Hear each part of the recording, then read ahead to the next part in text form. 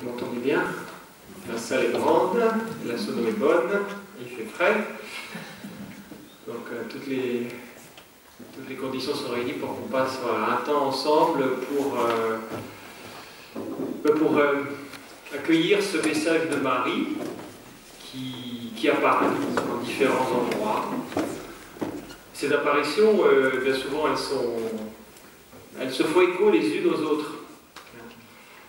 Alors, cette année, je crois que vous avez voulu faire une place à Notre-Dame de la Prière de Pontmain, puisque j'ai vu qu'il y avait une exposition sur l'abbé Michel Guérin, qui est l'abbé Ségel de Pontmain, le curé de l'apparition. Alors, c'est vrai qu'à Pontmain, on parle de l'apparition au singulier, parce qu'il n'y a eu qu'une seule apparition.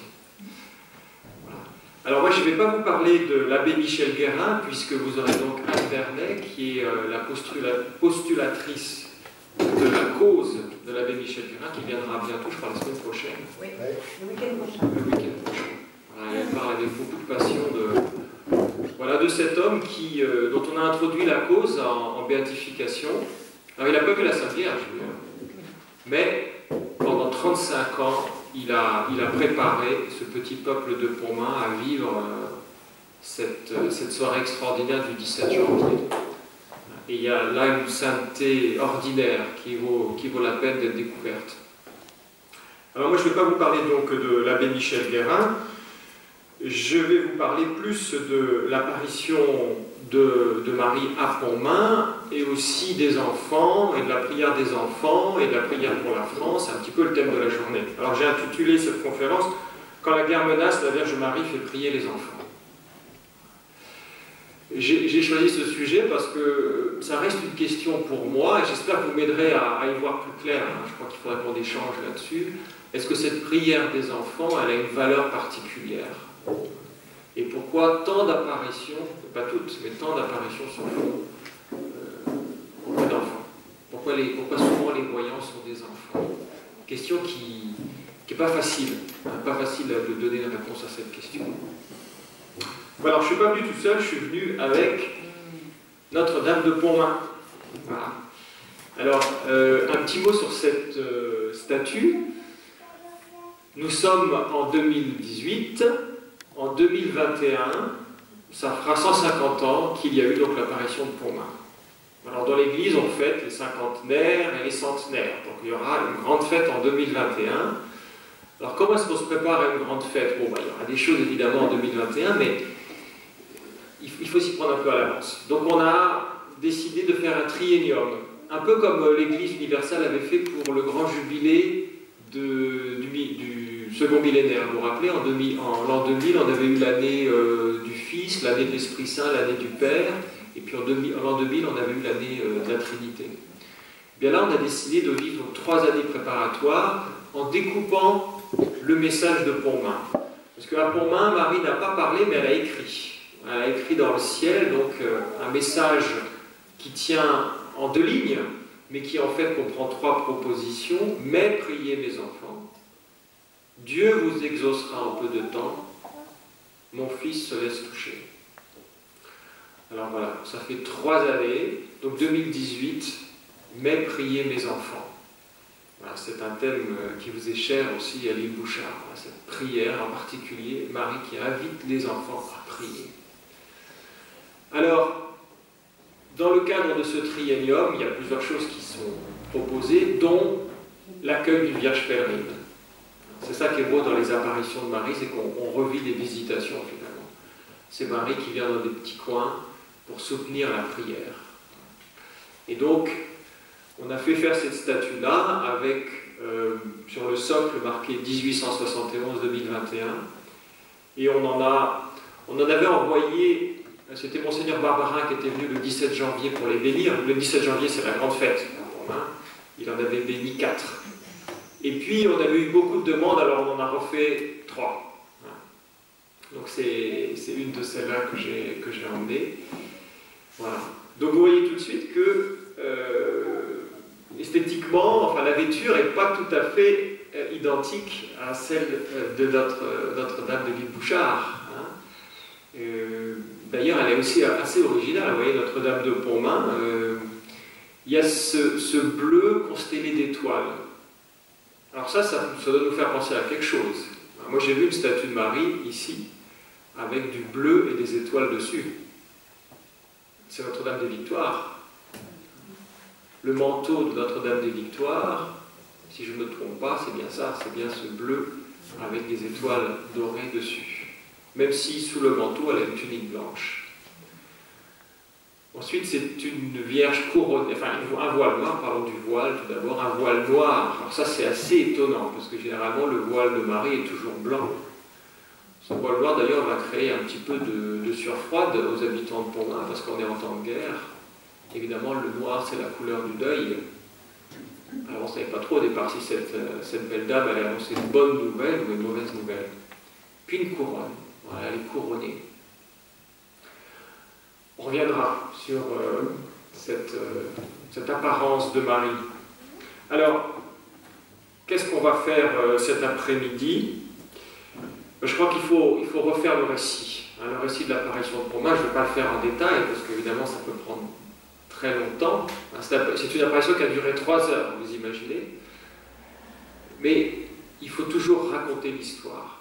Et quand je suis arrivé comme chapelain à Pontmain, ça fait déjà 3 ans, j'ai tout de suite compris que ce qu'on demandait au chapelain, c'était de se faire conteur. À la suite des voyants, d'ailleurs. Ici, vous avez la chance, pour certains, pour beaucoup d'entre vous, d'avoir connu Jacqueline Aubry et d'avoir entendu sa voix. Moi, je l'ai entendu à travers l'enregistrement qui a été fait. C'est une expérience. Voilà. Entendre l'histoire racontée. Ça nous ramène peut-être d'ailleurs à notre enfance. Quand on est enfant, on aime bien entendre des histoires. Et on a du mal à s'endormir parfois si on n'a pas une belle histoire dans l'oreille. Voilà, c'est un petit peu ça, quand même, les lieux d'apparition. C'est réentendre une histoire. Et ensuite, eh bien, on essaiera de voir, de faire ce petit jeu des ressemblances-différences par rapport à l'île Bouchard. Est-ce qu'il y a des choses qui consonnent entre ces 2 apparitions de Marie? Et vous verrez qu'il y a des points de contact. Il y a des différences, à commencer par l'apparence, mais il y a aussi beaucoup de points de contact. Voilà, dans un 2e temps. Et puis dans un 3e temps, on essaiera, mais là je compte vraiment sur vous, je ne dis pas ça, ce n'est pas une précaution oratoire, je compte vraiment sur vous pour essayer de comprendre pourquoi la prière des enfants est si particulière. C'est vraiment quelque chose pour moi qui reste une question. Alors commençons par l'histoire. Alors les apparitions de Marie, elles sont toujours en contexte. Marie, on la voit apparaître à Cana, elle est donc invitée à ce mariage et elle est attentive à ce qui se passe. Comme une maman d'ailleurs. Et elle voit tout de suite qu'il manque du vin et c'est la première fois dans l'évangile de Jean en tout cas, qu'on la voit intervenir comme une personne qui fait attention au contexte et qui vient apporter ce qui manque. Alors quand il y a une apparition de Marie, il y a toujours un contexte très particulier qui justifie peut-être cette apparition. Alors quel est le contexte de Pontmain? Je vais principalement parler du mois de janvier 1871. Ici c'est le mois de décembre qui est important. À Pontmain c'est le mois de janvier. Alors au mois de janvier 1871, ça fait 6 mois qu'on est en guerre contre les Prussiens. Enfin, avec les Allemands, on a quand même eu 3 guerres en 70 ans. C'est quand même hallucinant quand on y pense. La guerre de 70, la Première Guerre mondiale, la Seconde Guerre mondiale. Cette guerre de 70, on l'a un petit peu oubliée.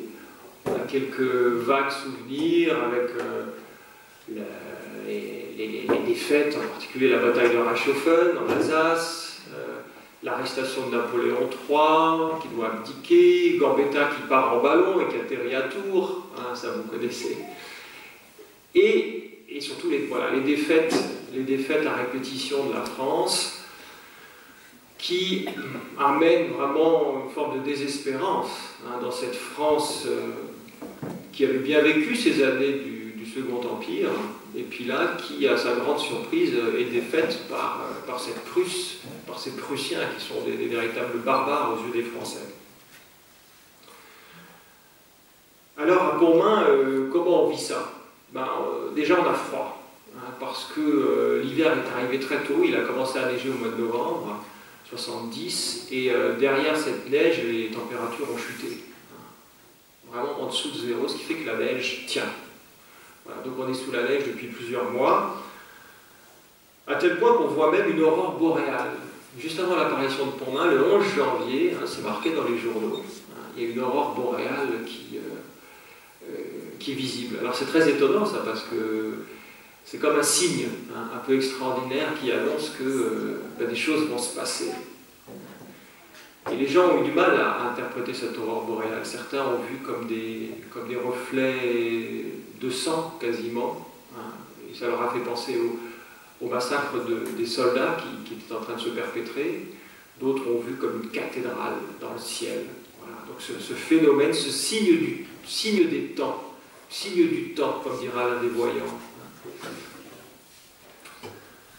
Ensuite, ce mois de janvier à Pontmain, il est marqué par l'annonce d'une grande défaite militaire qui va vraiment les plonger dans l'angoisse, c'est la prise du Mans. La ville du Mans était comme un verrou, on pensait qu'elle allait tenir. Il y avait le général Chanzy qui était à la tête des troupes de l'armée de la Loire, et on pensait vraiment que le Mans allait protéger l'ouest et la Bretagne. Eh bien non, les Prussiens rentrent le 12 janvier dans la ville du Mans, fanfare en tête. Alors qu'est-ce qui se passe? Eh bien les troupes se rabattent sur Laval. Et on essaye de réorganiser un peu l'armée sur la ville de Laval. Mais tout ça, ça paraît de plus en plus compliqué. Beaucoup de soldats d'ailleurs fuient, et tous ces déserteurs provoquent une épidémie de typhoïde et de variole dans les campagnes mayennaises. Le 15 janvier, on s'approche de l'apparition, les combats se rapprochent de Laval. Donc là, Le Mans est prise et les Prussiens ne s'arrêtent pas là, ils continuent d'avancer vers l'ouest. Et il y a une bataille, une autre défaite, moins grande mais quand même importante, à Saint-Jean-sur-Herve. Et ça y est, les Prussiens sont en Mayenne. Alors il y a un autre événement ce 15 janvier qui est un dimanche, qu'on raconte beaucoup à Pontmain parce qu'il nous donne le contexte plutôt spirituel de l'apparition. C'est les vêpres. Les vêpres du dimanche 15 janvier. Donc le curé, l'abbé Michel Guérin, vraiment s'est démené pendant 35 ans. Et a réussi à transformer cette petite paroisse de Pontmain en un lieu vraiment fervent. Sauf que, vraiment, il y a trop de mauvaises nouvelles. Et au bout d'un moment, les gens commencent vraiment à se désespérer. Ils désespèrent de la prière. Alors ce 15 janvier, après les vêpres, c'est étonnant qu'on ait ce souvenir, mais c'est vrai qu'il y a beaucoup de récits de l'apparition qui font mention de ce souvenir du 15 janvier. Après les vêpres, le curé fait donc chanter ce chant que j'évoquais ce matin à la messe, ce tube marial, mère de l'espérance, dont le nom est si doux, protégez notre France, priez, priez pour nous. Sauf que quand il veut le chanter, il se retourne et personne derrière lui ne suit. Il se retrouve tout seul à chanter. Alors là, il leur dit, mais pourquoi vous ne voulez pas chanter ce soir? Et là, il y a une dame qui dit, monsieur le curé, on ne veut plus chanter, on ne veut plus prier, ça ne sert à rien, le bon Dieu ne nous écoute pas. Le bon Dieu ne nous écoute pas. Voilà. Les adultes ont du mal à prier, parce qu'ils voudraient que leur prière soit écoutée, entendue. Et quand il y a trop de problèmes, et quand on a l'impression de se taper la tête contre un mur, au bout d'un moment, on se dit, bon le christianisme, est-ce que c'est pas une religion pour des gens en bonne santé et pour qui tout va bien? C'est vrai qu'on peut aussi se poser la question, et on se dit, peut-être que Dieu existe, mais moi, est-ce que j'existe pour Dieu? Moi, je me dis que c'est vraiment ça la question, en fait. Parce que l'existence de Dieu, on peut facilement l'accepter, il faut bien qu'il y ait un créateur, mais moi, est-ce que j'existe pour Dieu? Quand je prie, est-ce que ça a un impact? Est-ce que quelqu'un écoute dans le ciel? Ou est-ce que le ciel est sourd? Alors le 15 janvier, voilà, ils en sont là. Et les enfants là-dedans? Les enfants, ils continuent à prier. C'est ça qui est assez merveilleux à Pontmain, c'est qu'on a le récit de la vie la journée des petits-enfants barbedettes, les petits voyants. Donc à Pontmain, c'est les barbedettes, c'est pas les aubries. Et on sait que quand ils se levaient, ils commençaient par réciter le chapelet, en attendant que maman prépare le petit déjeuner. Et après le petit déjeuner avalé, ils allaient à l'église, parce qu'ils devaient servir la messe de l'abbé Michel Guérin à 7 heures. Et en attendant le curé, ils arrivaient en avance, eh bien, ils faisaient un chemin de croix. Ils faisaient un chemin de croix. Après, ils servaient la messe, et après, ils faisaient ces prières publiques, comme je vous ai dit ce matin à la messe. Prière pour les soldats, prière pour la France. Moi, ça me fait un petit peu honte à chaque fois que je lis ça, ou que je le dis, parce que je me dis, j'en fais moins. Voilà. Ils avaient vraiment une vie de labeur, de prière, et c'était naturel pour eux de faire ça. Alors, ils continuaient à prier. Si les adultes avaient du mal à prier, les enfants, eux, continuaient. Ils continuaient à faire confiance à l'abbé Michel Guérin qui leur a dit « Si vous priez, tout ira bien et les soldats reviendront ». Et les deux petits Barbedette avaient leur frère qui faisait partie de ces soldats, 38 jeunes de Pontmain. Alors l'apparition de Pontmain, donc une seule apparition qui va durer 3 heures et elle commence à 18 heures. Donc elle commence le soir. 18 heures dans la Bible, c'est la dernière heure de la journée. Hein. C'est la 12e heure, c'est quand tout doit s'arrêter. Ben pour moi, c'est là où tout va commencer. Donc vous connaissez peut-être cette apparition, je vous redonne les grands mouvements, parce que, en fait, il y aurait pu y avoir 5 apparitions à Pontmain, je pense. C'est pour ça qu'on parle des 5 phases, mais tout est regroupé en une seule soirée. Ce qui fait que c'est un peu dense. Mais il y a une première phase qui est finalement le rassemblement. En fait, l'apparition de Pontmain, ça ressemble pas mal à une liturgie, presque à une messe, on pourrait dire. Il faut d'abord que les gens se regroupent. Donc, c'est d'abord un enfant qui va être le seul témoin, le seul voyant, le seul à être là à contempler Marie. C'est donc Eugène Barbedette qui, à 6 heures du soir, alors que son père part avec une voisine qui est venue apporter des nouvelles, eh bien, il sort pour regarder le temps. Parce qu'il se dit, est-ce qu'il va y avoir une aurore boréale ce soir? Il guette le signe, parce qu'il se passe des choses étranges dans le ciel. Et donc il voit, dans ce ciel étoilé, au-dessus de la maison d'Hitchcock, tout d'un coup apparaître une belle dame. Une belle dame. Ça, on reviendra là-dessus. Chaque fois que Marie apparaît, les voyants l'appellent la belle dame. Elle est belle. Qu'est-ce que c'est que cette beauté de Marie? On pourra s'interroger. Ensuite, quand la dame sort, il pose la question, est-ce que tu vois ce que je vois au-dessus de la maison d'Hitchcock? Non, je vois rien. Alors le papa qui a entendu la question, qui était resté dans la grange, il sort avec le petit frère. Le papa voit rien, le petit frère y voit. Voilà, on a nos 2 premiers voyants. Eugène, 12 ans, Joseph, 10 ans. On va chercher la maman, elle ne voit rien non plus. La maman, elle commence à mettre une taloche au petit Joseph, parce que quand elle arrive, elle le voit en train de sauter, de battre des mains, et il est en extase, il est tellement heureux de ce qu'il voit. Et elle a ce réflexe. Hein. Mais tais-toi, parce que tu es en train de faire du cinéma. Là. Mais les parents, ils connaissent bien leurs enfants, et ils savent que ce ne sont pas des petits menteurs. Donc la maman se dit peut-être que les religieuses vont nous aider à comprendre ce qui se passe. Alors la maman va à l'école, et va chercher une religieuse. La religieuse arrive, elle ne voit rien non plus. La religieuse, c'est pareil, elle connaît les enfants Barbedette, elle sait qu'ils n'ont pas l'habitude de mentir. Alors, elle se dit, peut-être que ce sont simplement les enfants qui voient. La religieuse connaissait bien l'apparition de la Salette, ce sont aussi 2 enfants, Mélanie et Maximin. Donc elle va chercher d'autres enfants, et elle va chercher 3 petites filles. Donc elle retourne à l'école, qui fait aussi pensionnat, et elle ramène 3 petites filles.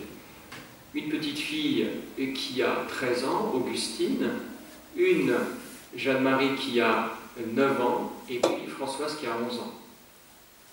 Celle qui a 13 ans ne voit pas.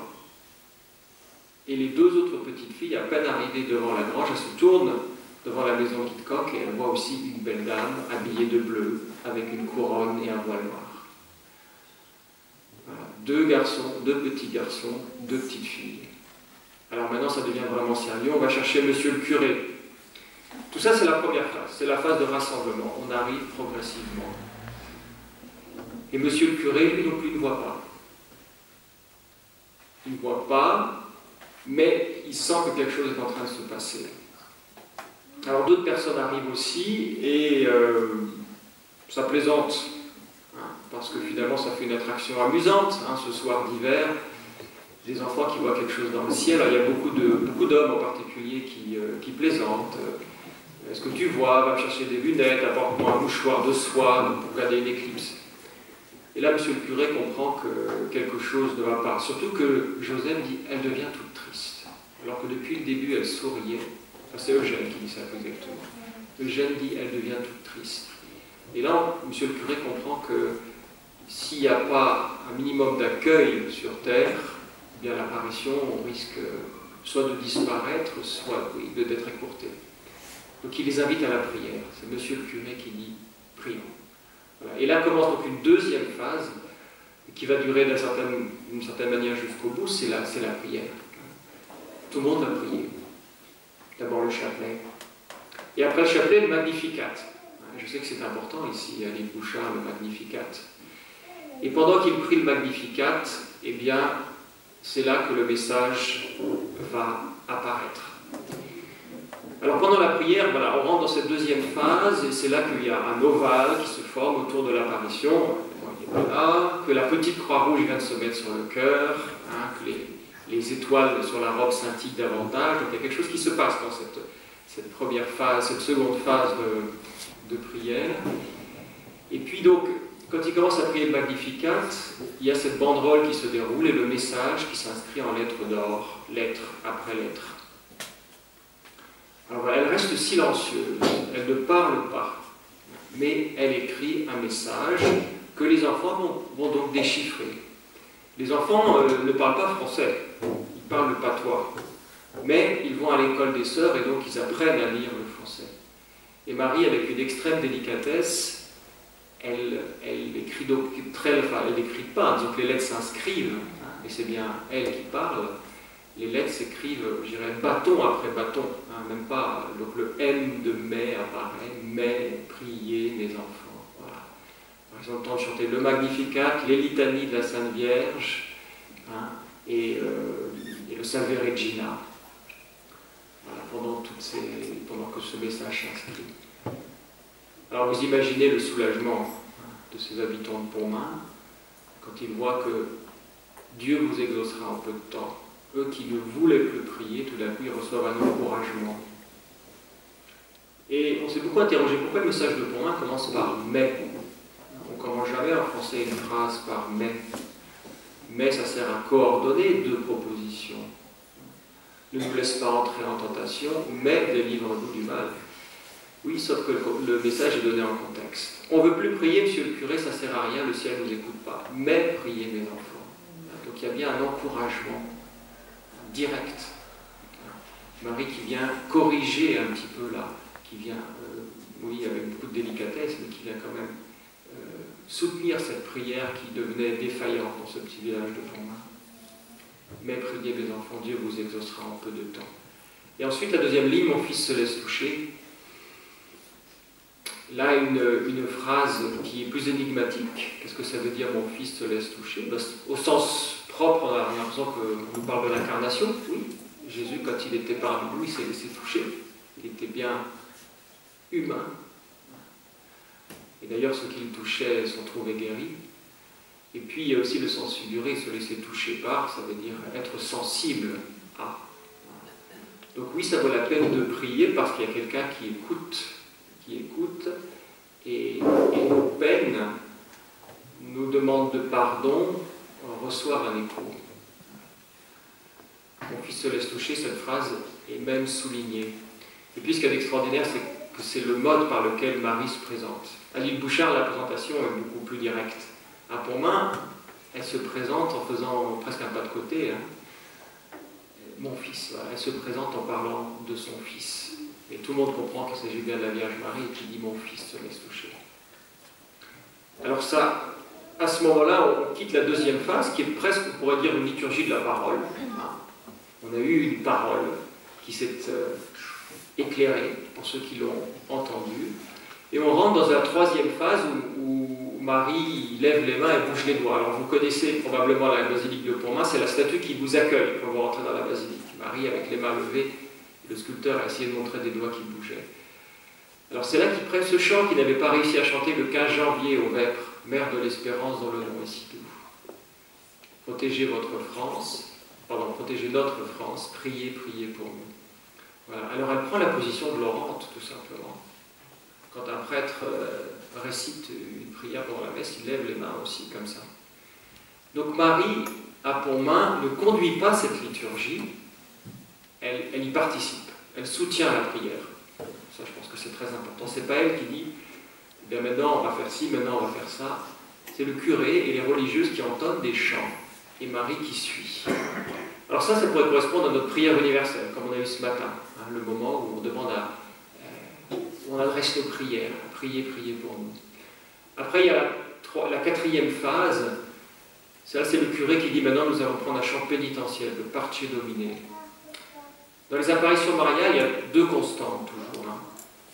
L'appel à la prière et l'appel à la conversion, à la pénitence. Pour moi, il n'y a pas le mot de conversion ou de pénitence. Il n'y a pas d'invitation à prier pour les pécheurs. Mais il y a la monstrance de la Grande Croix-Rouge, accompagnée, enfin qui accompagne le chant du Parce Domine, où on demande donc au Seigneur qu'il nous épargne malgré nos nombreux péchés. Donc c'est vraiment un chant pénitentiel.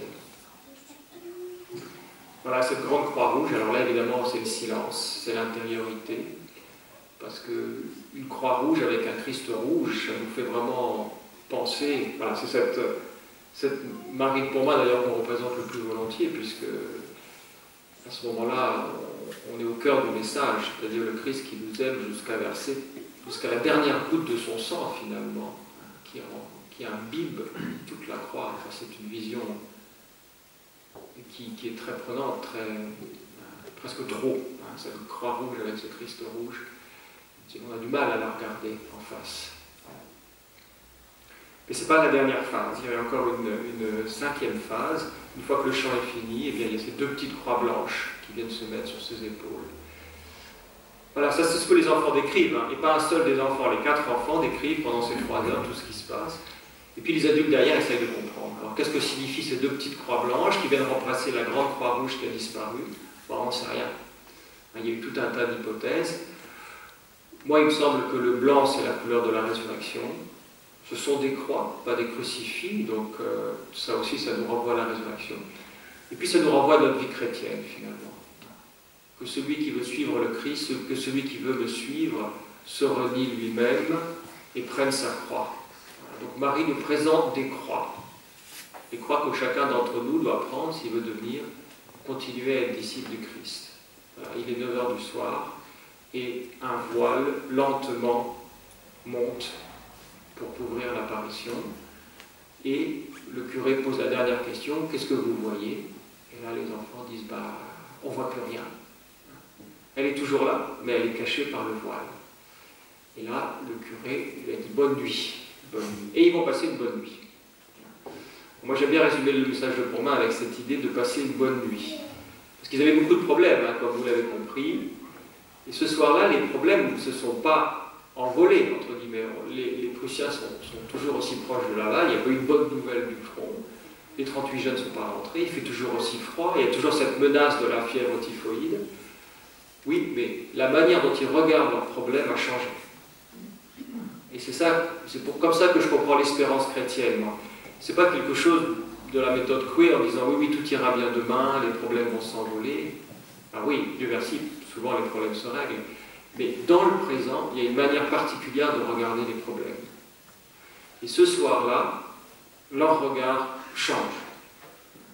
À tel point qu'à un moment donné, il y a un monsieur qui vient d'Ernest, c'est un peu la tête dure de Pontmain, il revient, il n'a pas participé du tout au début de l'apparition, et il voit tout le monde en train de prier, à genoux dans la neige, et il dit, vous êtes fous, les Prussiens sont aux portes de Laval, ils seront là dans quelques heures, c'est trop tard. Et là, il y a une dame qui dit, les Prussiens pourraient bien être aux portes de Pontmain, on n'a plus peur. Ça ne veut pas dire que Marie va écrabouiller les Prussiens, mais ça veut dire que si Marie est avec nous, de quoi est-ce qu'on a peur? Si Dieu est avec nous, qu'est-ce que l'homme peut contre moi? C'est le psaume 55, verset 12. Si Dieu est avec nous, de quoi est-ce qu'on a peur? Ben, c'est ça l'espérance. Hein. C'est cette foi qui se fait, voilà, qui prend cette qualité de regard sur le présent, qui fait que les problèmes, même les problèmes lourds, hein, avec la présence de Dieu, deviennent supportables et n'empêchent pas une forme de joie. Une forme de joie et de confiance dans la vie. Voilà l'apparition de Pourmain. On a eu la chance d'avoir un évêque qui a très vite pris au sérieux cette apparition et qui en un an a mené l'enquête canonique et qui donc est arrivé à reconnaître l'apparition de Pourmain en un an. Donc on a l'authenticité qui a été déclarée le 2 février 1271. Voilà. Alors, pour beaucoup, c'est une redite. Vous la connaissiez, cette apparition de Pourmain. Maintenant, je voudrais reprendre les choses, et puis je vous donnerai la parole, pour essayer de voir les ressemblances, un peu avec les apparitions de l'île Bouchard, bien que je sois loin d'être un spécialiste, mais pour moi, c'était riche, justement, de me replonger, et puis de comprendre qu'est-ce qu'il y a en commun, qu'est-ce qui consonne quand Marie vient nous rencontrer, quelles sont les constantes. Alors on pourrait voir quelques petites différences tout d'abord, mais ça vous l'avez bien compris, le nombre d'apparitions, une à Pourmain, 10 ici, même si effectivement ces 5 phases auraient pu faire l'objet de 5 journées successives, mais bon, tout a été recoupé en une seule veillée de prière. L'apparence aussi. Alors pourquoi cette apparence est étonnante à Pourmain? Nous on a une explication, c'est à cause de la déco de l'église paroissiale. C'est une chose que les voyants ont dit. Il y a beaucoup de choses sur l'apparence de Marie qui renvoient à la manière dont l'église paroissiale de l'abbé Guérin était décorée. En particulier le bleu étoilé, c'est la couleur qu'il avait choisie pour peindre la voûte de son église. Voilà, et puis la position des mains comme ça rappelle aussi une statue de Marie Immaculée, les bougies qu'il plaçait, voilà, beaucoup d'éléments visuels renvoient à la décoration et à la liturgie. Et c'est pas anodin, parce que ça veut dire que Marie observait ce petit curé en train de célébrer l'Eucharistie. C'est quand même très touchant pour un prêtre de se dire que Marie nous regarde célébrer la messe, et pour ne pas effrayer les enfants, eh bien, elle a repris des éléments de cette liturgie. Parce que finalement, ce qui nous fait peur, c'est l'inconnu. Mais quand les choses sont familières, on n'a pas peur. Donc, les enfants, à Pourmain, n'ont jamais eu peur. Ils avaient l'impression peut-être d'un déjà vu. Voilà, le silence aussi. Elle ne parle pas. Une question, ça, pourquoi est-ce que Marie ne parle pas? C'est un peu frustrant quand même, mais elle était loin, dans le ciel, en hauteur. Peut-être que ça aurait été une voix trop surplombante.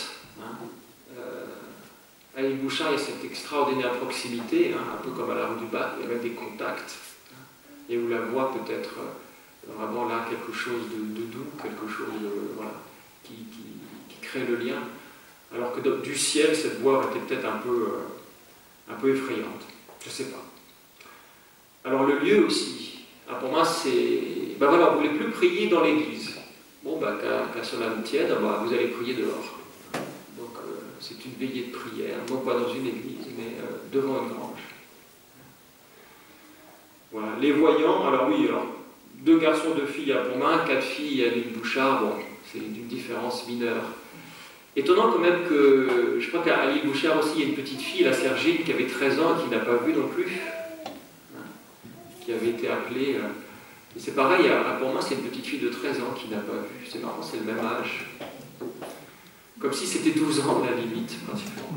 Étonnant. Voilà, mais c'est surtout les ressemblances, moi, qui me donnent à penser, qui me donnent un peu à prier. Tout d'abord, le fait qu'on a presque une tranche de vie d'un lieu, d'un petit village. On voit les gens du coin sont tous convoqués à un moment ou à un autre. Alors vous avez des familles tout d'abord, la famille Barbedette ou la famille Aubry, des familles laborieuses. On prie plus ou moins, mais enfin c'est quand même des familles unies, où on élève les enfants du mieux qu'on peut, avec le temps qu'on a. Des parents qui vont devoir croire leurs enfants. Et ça se fait pas tout de suite, des paires de claques qui sont données. à des moments, hein, avant de rentrer en prière et de découvrir que, bah oui, le fiston, il a une vision de Marie, ou la petite fille, où elle est en train de voir Marie. C'est pas rien, ça, pour des parents.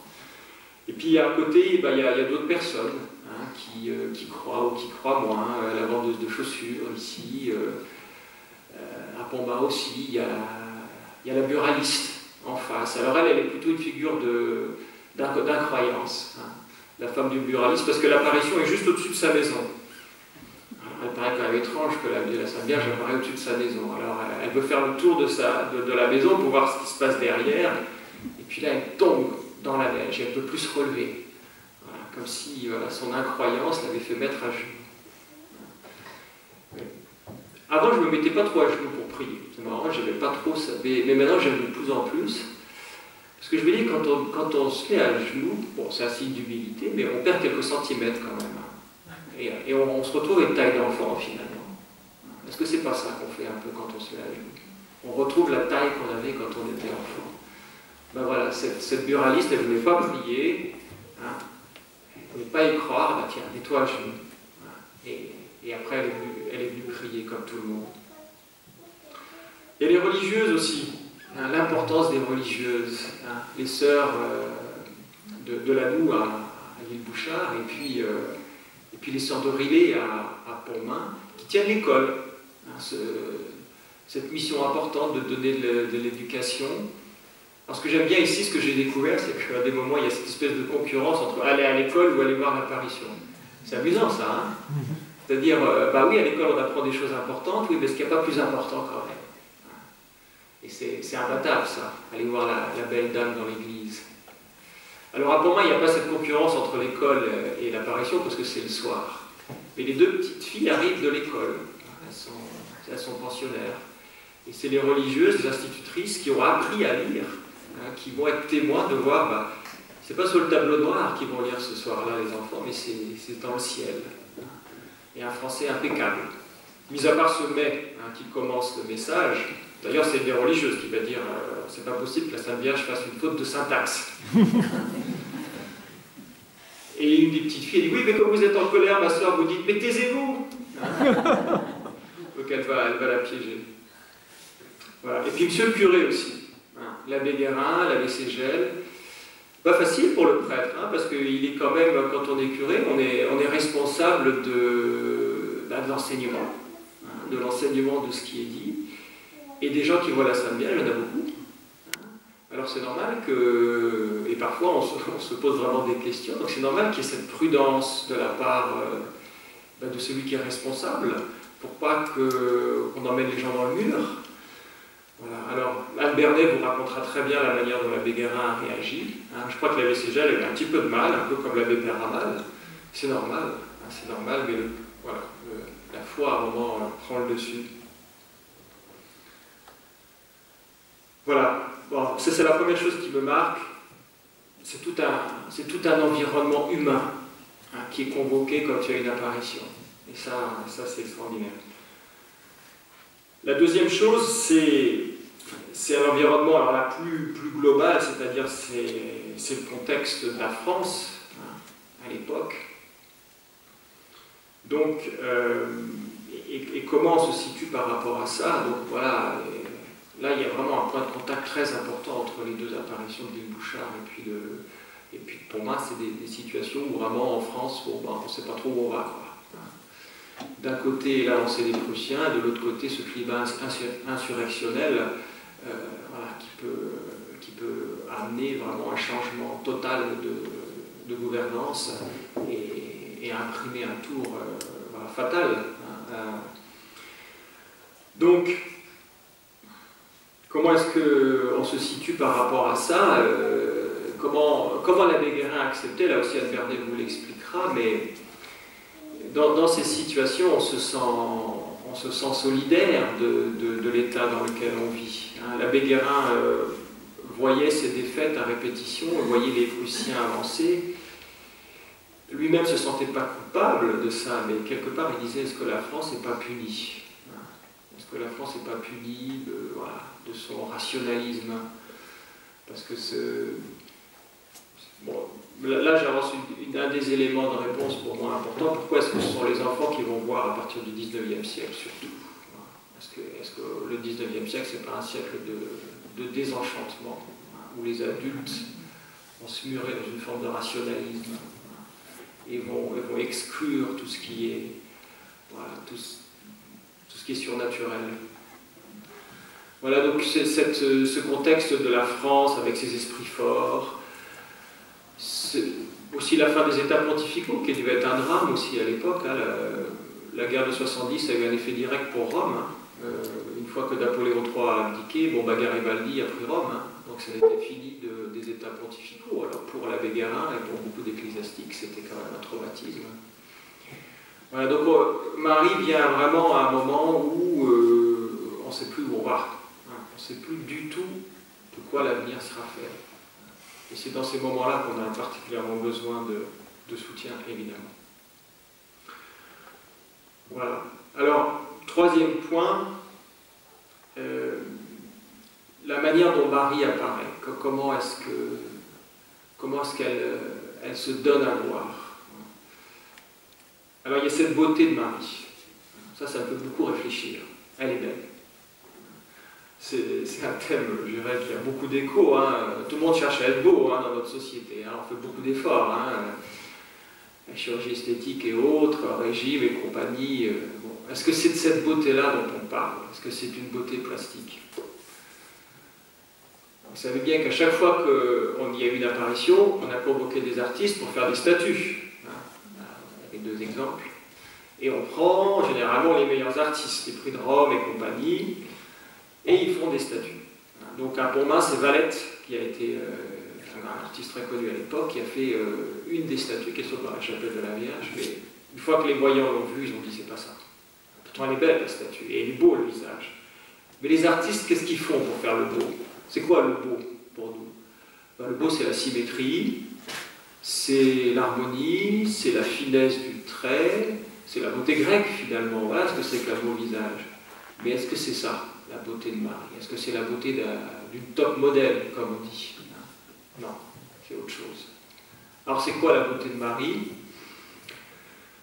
Je ne sais pas. Déjà, je crois qu'il y a l'aspect de la lumière. Toutes ces apparitions de Marie, elles sont nimbées dans la lumière. Quand on est dans la lumière, il y a une beauté qui se voit tout de suite. Hein. Et cette lumière qui n'est pas aveuglante, cette lumière voilà, qui met en valeur. Elle est dans la lumière. C'est le premier aspect que je trouve, pour expliquer la beauté. Le deuxième, c'est que Marie se présente comme une maman.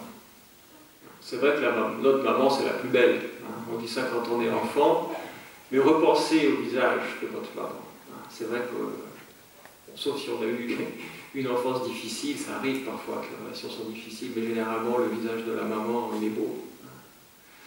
Voilà. Donc, elle apparaît comme une mère, mais priez mes enfants. Elle apparaît comme la maman, et en plus, mon fils. La maternité de Marie, c'est la deuxième chose qui permet d'expliquer sa beauté. Et puis, le troisième élément que je trouve peut-être le plus important, c'est Marie conçue sans péché, hein, l'Immaculée. En fait, j'aime bien dire ça au pèlerinage, je dis vous êtes tous beaux, hein, vous êtes tous des premiers prix de beauté. Le problème, c'est qu'il y a le péché. C'est ça qui nous enlève notre beauté. On a été créés à l'image de Dieu. On est tous splendides, on est tous magnifiques. Oui, mais il y a notre égoïsme, il y a notre jalousie, il y a toute l'impureté de nos lèvres, de nos cœurs. C'est tout ça qui nous enlève notre beauté. Marie, il n'y a rien qui enlève sa beauté. Et c'est pour ça que le message de Louis Bouchard est superbe, hein, de présenter Marie comme conçue sans péché. Ça explique pour moi sa beauté. C'est le péché qui revêt notre beauté d'un masque de laideur, comme dit l'hymne. Voilà, la beauté de Marie. Ensuite, un deuxième aspect, je crois qu'il est commun aux deux apparitions, c'est la tendresse. La tendresse de Marie. Alors je pense que c'est encore plus visible, encore plus sensible à l'île Bouchard qu'à Pontmain, parce qu'à Pontmain, il y a cette distance quand même. Elle est loin. Alors les enfants, à des moments, sautent, ils voudraient aller vers elle, ils voudraient sauter dans ses bras. Hein. Et oui, mais bon, elle est dans le ciel. Donc elle leur sourit, ils lui sourient, ils ont vraiment l'impression qu'elle est heureuse de les voir. Voilà. Donc il y a cette tendresse qui passe quand même à travers ses regards, à travers ce sourire. Moi je te trouve extraordinaire, Alain Bouchard, c'est le contact. Voilà. Marie qui se laisse toucher aussi et qui vient nous toucher. Ça renvoie à sa maternité. Hein. On a besoin de cette tendresse, beaucoup. Et Marie, quand elle apparaît, elle est toute patiente et toute douceur. Voilà. Et puis, un troisième aspect de Marie, c'est son humilité.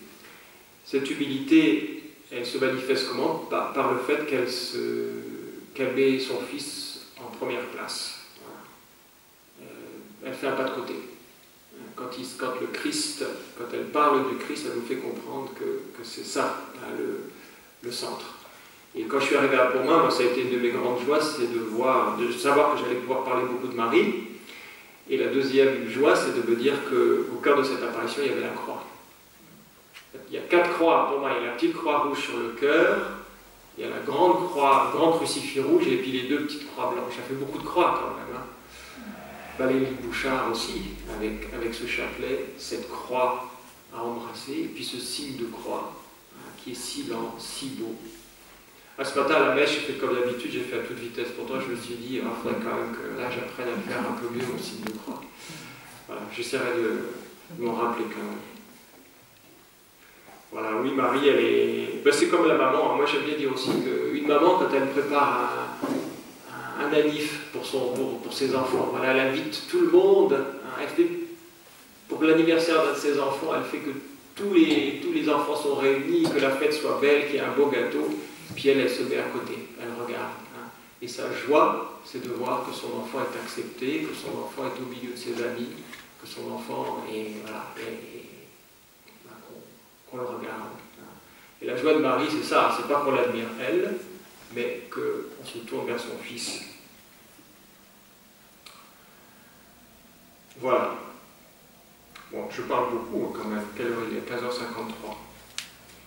Je passe à ma troisième partie, et puis là, donc, on va réfléchir ensemble. Alors, pourquoi est-ce que les enfants sont si importants dans les apparitions mariales? Alors, parfois, on a l'impression que ce sont toujours des enfants qui voient. Non, ça, c'est pas le cas. Hein. On va essayer de voir quelques apparitions de Marie que vous connaissez, où ce n'est pas des enfants qui sont les voyants. Bon, la rue du Bac. La rue du Bac, qui est la voyante? Catherine Labouré. Elle a quel âge? Elle est jeune, mais elle est novice. Hein. J'avais noté l'âge, j'avais révisé. Catherine Labouré, 24 ans. 24 ans, c'est une enfant. Voilà, il y a ce contact extraordinaire. Ouais. Ouais. Qu'est-ce que vous connaissez comme autre apparition mariale? Guadalupe. Alors, Juan Diego. Quel âge il a, Juan Diego? Je ne sais pas. Je n'ai pas trouvé ça sur... Soldat à la retraite. Soldat à la retraite. Bon, en tout cas, c'est un homme fait. Hein, c'est pas un enfant. C'était soldat à la retraite. Ici, vous avez Notre-Dame des Victoires, donc c'est le frère Fiacre, hein, qui a cette apparition de Marie portant le dauphin, enfin le futur Louis XIV. Ben, c'est pas... Voilà, frère Fiacre, c'est pas un gamin non plus. Hein. Cotignac. Vous avez entendu parler en Provence? Oui. Hein, Notre-Dame des Grâces. Alors c'est Jean de la Baume. Alors moi j'ai trouvé un bûcheron, un pieux bûcheron. Voilà. Donc aussi un homme fait. Le lot. Oui. Benoît Rancurel, est-ce qu'elle était gamine ou pas? Non, elle a 17 ans. Bon, elle était déjà fin de l'adolescence, hein, mais bon, à 17 ans, à cet âge-là, on était déjà avec dame. Oui, les 3 épis, je ne sais plus. Ouais. J'ai pris que les... Ouais. Alors, maintenant, on passe aux apparitions à partir, parce que je trouve qu'il y a comme quelque chose qui se fait à partir de la Salette. À partir de la Salette, on n'a pratiquement que des enfants. Donc, Catherine Labouré, c'est rue du Bac, c'est 1830. Vous avez aussi Alphonse de Ratisbonne à Rome, c'est 1842. Et après, vous avez La Salette en 1846. 2 enfants. Ensuite, vous avez Lourdes, 1858. Une fillette de 14 ans. Et puis tellement en forme, enfin, limite. Ensuite, vous avez donc Pontmain, 4 enfants. Ensuite, Pellevoisin, Estelle Faguette, une enfant. Quel âge elle avait, Estelle Faguette? Non, c'était une jeune femme. Une jeune femme, je crois. Jeune femme déjà? Parce qu'elle s'occupait de ses parents. Ah ouais, alors voilà, je n'ai pas vérifié ça. Je pensais qu'elle était plus jeune.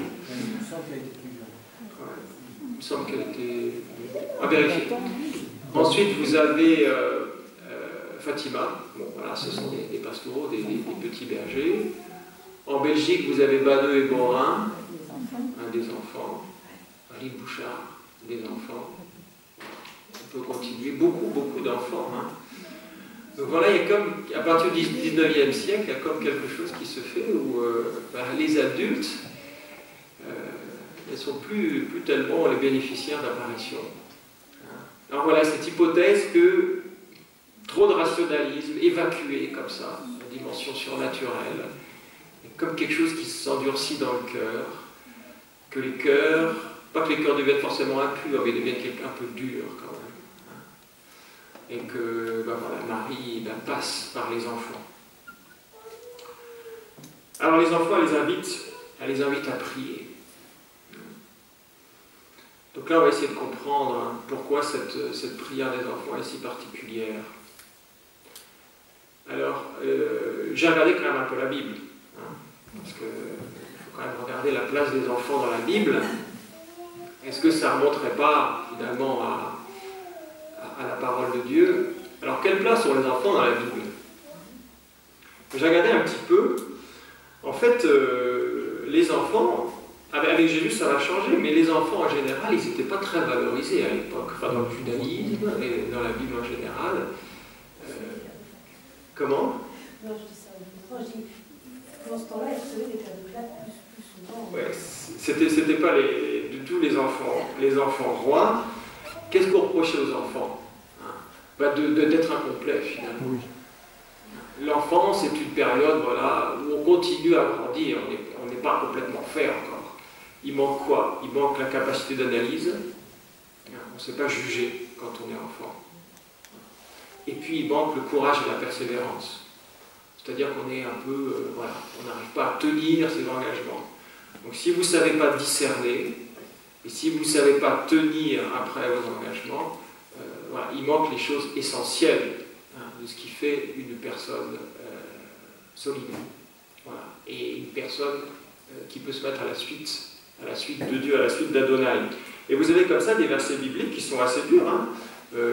Par exemple, Ésaïe 3,4. Je leur donnerai pour chef des gamins, et selon leurs caprices, ils les gouverneront. Voilà, vous voulez punir une nation, et vous mettez à la tête un gamin. Et là, vous ne savez plus où vous allez, parce que voilà, il n'y a plus d'analyse et plus de persévérance.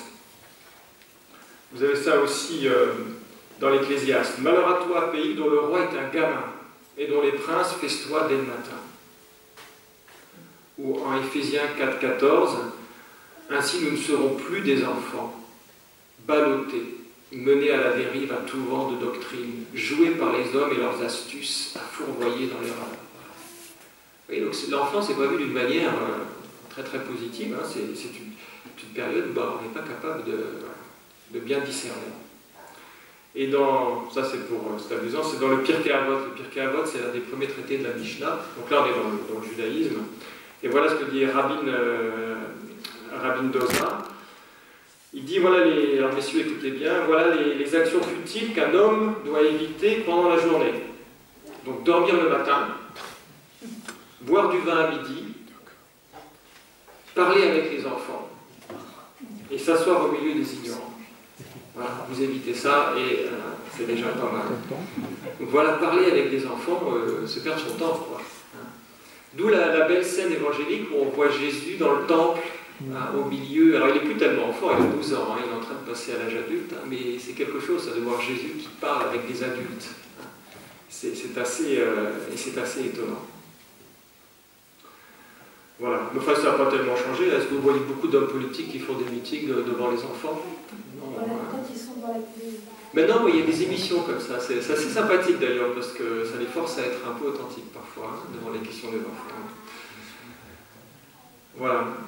Alors Jésus, on se dit, oui, mais Jésus s'est comporté différemment par rapport aux enfants. Quels sont les textes évangéliques qui nous viennent à l'esprit? Jésus et les enfants. Laissez venir à moi les petits enfants. Voilà. Laissez venir à moi les petits enfants. Vous vous rappelez cette scène? Jésus est en marche. On sent qu'il avance, il se rapproche de Jérusalem. Le temps se fait court. Et puis il y a des dames qui arrivent avec leurs enfants pour que Jésus les prenne, les bénisse. Voilà. Et puis les disciples rabrouent ces femmes et renvoient les enfants. Et Jésus dit, laissez venir à moi les petits enfants. Le royaume des cieux est à ceux qui sont comme eux. Alors, qu'est-ce que ça veut dire là? Est-ce que ça veut dire que Jésus considère que les enfants ont des des dispositions morales extraordinaires ou autres? Parfois on a ce type de... Voilà. Mais les exégètes disent finalement que Jésus a fait un geste prophétique, c'est-à-dire qu'il renverse justement ce que les disciples font comme beaucoup, c'est-à-dire que ne perdons pas de temps avec les enfants, ne perdons pas de temps avec ceux qui n'ont pas de pouvoir, qui n'ont pas d'autonomie, et voilà, ils demandent à Jésus de se concentrer sur les adultes. Et Jésus leur apprend une leçon en leur disant, non, je n'attends pas de vous que vous soyez des dominants, j'attends de vous que vous soyez comme des enfants, c'est-à-dire que vous acceptiez de ne pas dominer. Et ça consonne avec un autre texte où Jésus place un enfant au milieu de ses disciples. Ça vous dit quelque chose, ce texte évangélique? Et pourquoi il fait ça? Parce que les disciples discutaient entre eux pour savoir qui était le plus grand. Vous voyez que les adultes sont souvent dans cette logique-là, c'est qui le meilleur entre nous, hein? Et là, Jésus leur apprend en disant, le royaume de Dieu, c'est pas tout à fait ça. C'est pas une question de dominer. Voilà, soyez comme des enfants, c'est-à-dire accepter une position de simplicité, d'humilité, de pauvreté. Alors voilà, donc Jésus se sert des enfants pour montrer que être chrétien, c'est pas chercher une position de dominant. Mais il y a plus que ça, on a dit quand même. Dans le fait que Jésus va valoriser les enfants, il me semble qu'il en fait quand même des modèles de foi. Voilà, même s'ils n'ont pas cette capacité d'analyse que peuvent avoir les adultes, même s'ils n'ont pas cette persévérance que peuvent avoir les adultes, ils sont quand même des modèles de foi. Alors c'est là où c'est pas facile d'avancer en disant mais pourquoi est-ce que les enfants sont des modèles de foi? Est-ce que ce sont aussi des modèles de vertu? Parfois on va dans ce sens-là, en parlant de la pureté des enfants. Donc là je pose la question aux parents. Est-ce que ça a du sens de dire ça? Que moi je confesse les enfants, on confesse les enfants, donc ils ne sont pas des... Est-ce qu'on peut aller dans ce sens-là, de dire que les enfants ont quelque chose de plus pur que les adultes, qui sont moins pécheurs que nous, et que c'est ça qui ferait qu'ils seraient plus choyés par Marie, et qu'il y aurait... Je sais pas, qu'est-ce que vous en pensez par rapport à ça? Comment vous vous situez? Je pense qu'ils ont une soif d'absolu. Ouais. Que nous. On est dans les compromissions un peu trop facilement. Je pense que dans la société actuelle, justement, cette soif absolue, même pour les enfants, elle est très difficile à garder. On ne leur transmet pas ça. Dans l'éducation, dans les nuances. Ouais. Donc soif d'absolu, c'est-à-dire qu'on fait des compromissions rapidement, on rabaisse ses objectifs, ouais. Ou on tergiverse entre deux choix. Pour eux, c'est plus simple que ça. Ouais. La simplicité, ça je crois qu'il y a quelque chose à chercher du côté de la simplicité. L'accès au merveilleux aussi. Ouais. L'enfant, il vit dans le merveilleux, rien ne l'étonne. Il n'est pas désenchanté. Et voilà, c'est ça aussi. Donc vous voyez, ça, c'est pas des qualités morales forcément, hein, mais c'est un rapport au monde, hein, que nous, on doit essayer aussi peut-être de cultiver, hein, la simplicité, une ouverture, c'est-à-dire, bon, il y a des choses qu'on ne sait pas, hein, être capable d'apprendre, voilà, quand on est adulte, à un moment donné, on a l'impression qu'on sait tout. Et les enfants, eux, sont dans cette phase de leur vie où ils acceptent d'apprendre. Ils ne sont pas trop dans un rapport de force à ce niveau-là, de toute façon ils reçoivent, c'est une transmission, j'ai envie de dire verticale. Ouais. Qu'est-ce qu'on peut dire encore des enfants, les parents? Oui. Oui, je ne crois pas que les enfants soient plus vertueux que les adultes, ça je crois que c'est faux. Mais par contre, ils sont beaucoup moins orgueilleux que nous. Leur regard qu'ils posent sur eux-mêmes est beaucoup plus simple et donc je crois qu'ils sont plus souples pour accueillir. Ils savent mieux recevoir que nous qui sommes souvent trop imbibés dans le tas de... Ouais. C'est intéressant ce que vous dites. Moi, je ressens ça. Je regarde les petits voyants de Pontmain. Je suis stupéfait de la vitesse avec laquelle ils vont retourner à leur vie de tous les jours. Alors que nous, quand il nous arrive un truc comme ça, on s'est dit, bon, il faut absolument que je fasse une semaine de retraite, à Paris Mondial ou ailleurs, et puis qu'est-ce que va devenir ma vie? Oh là là, pourquoi moi? On gamberge, quoi. Tout de suite, on ramène les choses à soi.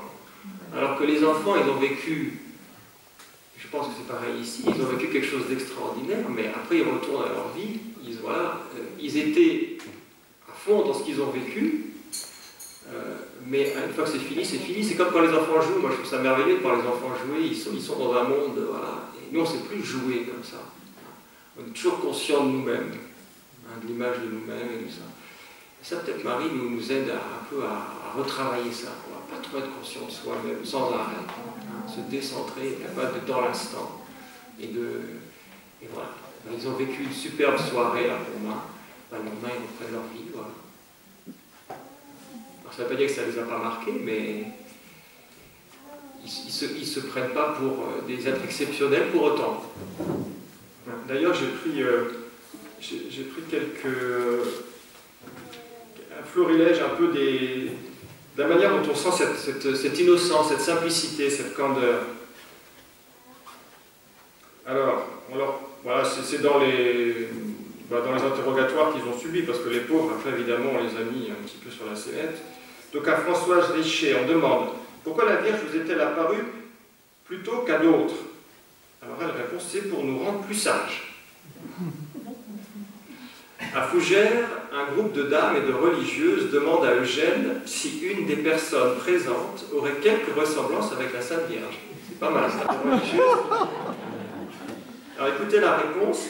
« Aucune, reprit-il. Auprès de la Sainte Vierge, vous êtes toutes vilaines. » Là, je trouve ça extraordinaire.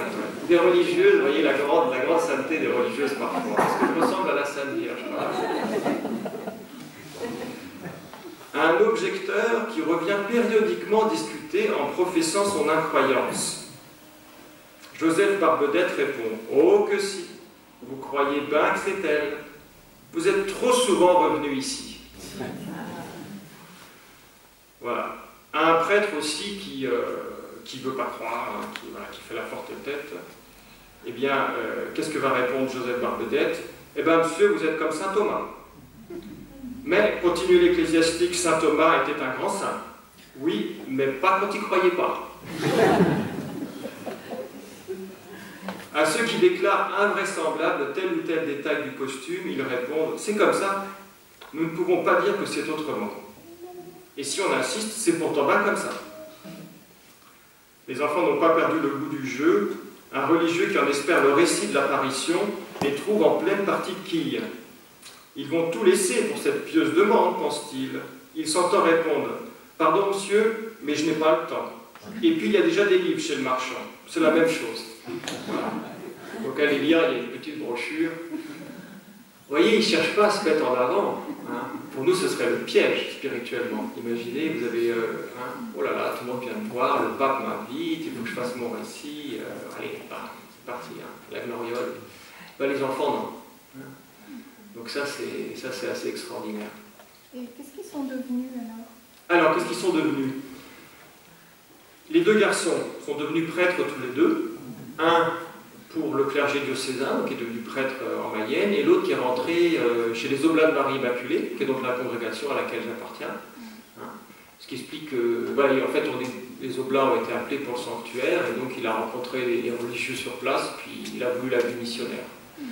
Et puis les deux petites filles, une est devenue religieuse, et l'autre est devenue institutrice, et puis après elle est devenue gouvernante de Eugène, qui était donc le prêtre diocésain. Donc ils ont eu des belles vies chrétiennes, pas extraordinaires, hein, ils n'ont pas fait des étincelles, hein, il n'y a pas de quoi ouvrir un procès en béatification, mais quand même des belles vies chrétiennes. Ouais. Alors il y a un autre aspect que je voulais dire, et peut-être je finirai là-dessus. Quand ils ont, le lendemain, oui, j'avais noté ça quelque part, ouais, le lendemain, la réaction d'Eugène, quand il se réveille le matin, il dit « J'ai quand même un regret, c'est que je n'ai pas beaucoup prié. » C'est étonnant, j'ai pas beaucoup prié parce que j'ai passé mon temps à décrire et à répondre aux questions de monsieur le curé et aux questions des religieuses et à épeler ce message. Et il dit, mais les autres, ils ont eu de la chance parce qu'ils ont pu réciter des Je vous salue Marie, des Magnificat, les litanies de la Sainte Vierge, et lui, il a ce regret de ne pas avoir prié. Et ça, c'est une grande simplicité, mais est-ce qu'ils n'ont pas fait la plus belle des prières, quand même, hein, qui est être en présence de... Il y a cette grande différence entre penser à et être en présence. Quand on pense à Dieu, on ne prie pas. Là, en ce moment, on n'est pas en train de prier. On est en train de penser. C'est-à-dire, on n'a pas voulu se mettre, on aurait pu, on n'a pas voulu se mettre en présence, vraiment. On fait une réflexion, et c'est utile parce que ça nourrit notre foi, ça nourrit notre envie de prier. Mais quand vous pensez à quelqu'un, c'est que la personne n'est pas là. Mais là, ils étaient vraiment en présence, et il n'y a pas besoin de parole. Il n'y a pas besoin de parole. Et pour moi, les apparitions mariales, pourquoi je les aime tellement, c'est parce que ça m'apprend la qualité de la présence. Alors pour moi, elle ne parle même pas, elle sourit simplement, elle écrit dans le ciel, mais juste ça, juste une qualité de présence, une vraie présence, aimante, souriante, ouverte, ça fait toute la différence, ça change complètement le regard qu'on a sur la vie. Alors je crois que c'est ce qu'on peut demander ça comme prière pour la France, parce que c'est la foi. Avoir la foi et que cette foi se transforme en cette qualité de présence qu'on peut être les uns pour les autres. Voilà. C'est pas la peine de faire des miracles finalement. Simplement être là, les uns pour les autres, s'écouter, se respecter, et voilà, le monde est changé, et l'angoisse disparaît, et l'espérance revient. Est-ce que quelqu'un veut rajouter quelque chose? Allez-y. A priori, Estelle Faguette a écrit sa lettre à Marie à 32 ans. Donc elle avait 32 ans au moment de l'apparition? Donc elle avait 32 ans. D'accord, donc là ça va contre ce que je disais, mais bon, c'était pas une loi non plus, c'était une tendance, quoi. Hein. Parce qu'on dit généralement, pour avoir l'apparition mariale, à cause de la 6e béatitude de Saint Matthieu, hein, heureux les cœurs purs, ils verront Dieu. Voilà, donc c'est le cœur pur, normalement, c'est pas l'âge qui détermine la vision. C'est le cœur pur, mais voilà. Donc il y a quand même Estelle Faguette qui n'était pas une enfant. Mais elle avait un cœur d'enfant. Et voilà, c'est ça. Elle a réussi à maintenir ce qu'on a essayé de définir, cette simplicité, cette ouverture à quelque chose de nouveau, quelque chose qui nous dépasse. Et sans que ça nous ramène à nous-mêmes, que ça nous permette de continuer à nous ouvrir. Oui. Oui, tout à l'heure vous avez dit que pour les enfants, là, les voyants provinces, les fils d'Arbedette, il n'y avait rien d'extraordinaire dans leur vie, qu'il n'y avait pas moyen, possibilité de faire un procès de béatification. Alors qu'est-ce qu'il faut pour que vraiment qu'il y ait quelque chose d'extraordinaire? C'est quand même qu'ils sont rentrés tous les deux, ils se sont donnés à Dieu. Il y en a une qui était religieuse et il y a d'autres enfants qui ont été béatifiés et qui n'avaient rien fait d'extraordinaire. Alors pourquoi vous dites ça pour les voyants? Quand on ouvre un procès, c'est parce que les gens qui ont connu les personnes le souhaitent. Il faut que ce soit un mouvement d'église. L'abbé Guérin, on a ouvert son procès alors qu'il n'a pas vu. Donc si on continue notre raisonnement, heureux les cœurs purs, ils verront Dieu, c'est-à-dire qu'il n'avait pas le cœur pur, il ne l'a pas vu. Enfin, c'était pas Dieu, c'était Marie, mais vous voyez, mais quand les gens, eux, regardent, pensent à leur curé, ils ont cette expression, et c'est grâce à lui, c'est lui qui nous a valu d'être le théâtre des tendresses maternelles de Marie, c'est l'expression qu'ils avaient, le théâtre des tendresses maternelles de Marie. Donc c'est parce qu'il leur a appris à prier Marie, parce qu'il les a encouragés, parce qu'il a donné sa vie pendant 35 ans. Et on a, dans le musée à Pontmain, le musée de Michel Guérin, on a un petit médaillon qui est très ancien, où d'un côté vous avez une représentation de Marie, et de l'autre côté l'abbé Michel Guérin. Ben ça justifie qu'on ouvre un procès, c'est-à-dire que les gens font le lien. Alors que quand vous interrogez sur les voyants, vous avez des gens qui les ont appréciés et d'autres qui ont des souvenirs beaucoup plus mitigés, de dureté, d'incompréhension. Vous voyez ? Donc il y a quelque chose qui n'est pas, cette odeur de sainteté qui n'est pas passée d'une manière limpide. Voilà. Mais voilà, ils ont eu des belles vies chrétiennes, mais rien d'extraordinaire.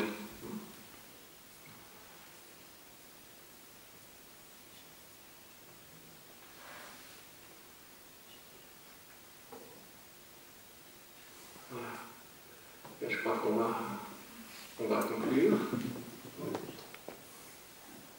Peut-être en chantant.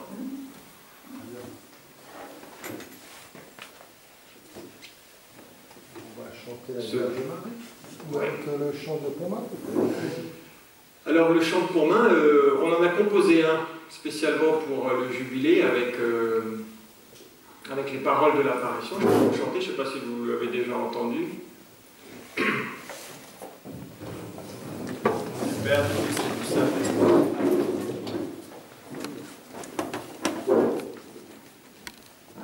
Mais priez mes enfants, Dieu vous exaucera en peu de temps. Mon Fils, laisse toucher. Je vous salue Marie, pleine de grâce, le Seigneur est avec vous. Vous êtes bénie entre toutes les femmes, et Jésus, le fruit de vos entrailles, est béni. Sainte Marie, Mère de Dieu, priez pour nous pauvres pécheurs, maintenant et à l'heure de notre mort. Amen. Notre-Dame de Pontmain, Notre-Dame de l'île Bouchard, Notre-Dame de la prière. Au nom du Père, du Fils et du Saint-Esprit. Amen.